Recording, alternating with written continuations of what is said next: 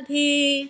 मैं हूँ एस्ट्रो तनुश्री बिस्वास और आज हम ज्योतिष की एक बहुत ही इंटरेस्टिंग और अक्सर मिसअंडरस्टूड कॉन्सेप्ट को समझेंगे। आपने सुना होगा कि एट्थ हाउस को हाउस ऑफ लॉन्जिविटी और डेथ कहा जाता है, लेकिन साथ ही सेकंड और सेवेंथ हाउस को मारक हाउस भी कहा जाता है। अब सवाल ये है, जब एट्थ हाउस डेथ का है तो फिर सेकंड और सेवेंथ हाउस को मारक क्यों कहा गया है?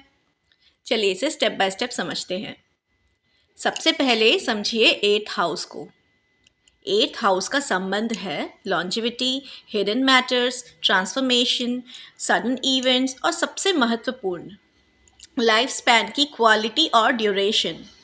इसलिए एट्थ हाउस को सीधा डेथ हाउस कहना पूरी तरह सही नहीं है। वास्तव में ये लॉन्जिविटी का हाउस है। ये बताता है कि जीवन की ऊर्जा कितनी देर तक चल सकती है। मारक का मतलब क्या है? मारक शब्द संस्कृत के मारा से आता है, जिसका अर्थ है जो अंत का कारण बन सकता है। ध्यान रहे, मारक का मतलब हर समय डेथ नहीं होता। मारक का अर्थ है पूरी लाइफ फोर्स को चैलेंज करने वाली शक्ति। सेकेंड हाउस मारक क्यों है?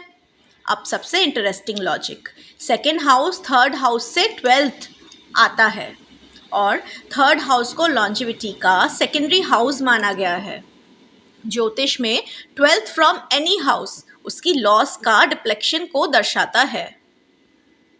इसलिए second house twelfth from third house यानी लॉन्जिविटी के एक सपोर्ट सिस्टम का क्षय। इसी कारण सेकेंड हाउस को मारक माना गया है। सेवेंथ हाउस को मारक क्यों है? सेवेंथ हाउस एट्थ हाउस से ट्वेल्थ होता है और एट्थ हाउस लॉन्जिविटी का मुख्य हाउस है, यानी seventh house twelfth house from eighth house. और ट्वेल्थ पोजीशन भी भाव की लॉस को दर्शाती है। इसलिए सेवेंथ हाउस को सबसे पावरफुल मारक हाउस माना गया है। मारक प्लैनेट कैसे बनते हैं? आमतौर पर सेकेंड हाउस का लॉर्ड सेवेंथ हाउस का लॉर्ड मारक प्लैनेट्स कहलाता है और जब इनकी दशा अंतरदशा चले ये लॉन्जिविटी फैक्टर्स को प्रभावित करते हैं, तब इसका फल ज़्यादा प्रबल हो जाता है। लेकिन ये सिर्फ एक रूल नहीं है, पूरी कुंडली को देखना भी ज़रूरी है। बहुत लोग डर जाते हैं जब उन्हें बताया जाता है कि उनका कोई मारक ग्रह है, लेकिन सच ये है, हर व्यक्ति की कुंडली में मारक हाउसेस और मारक लॉर्ड्स तो होते ही हैं।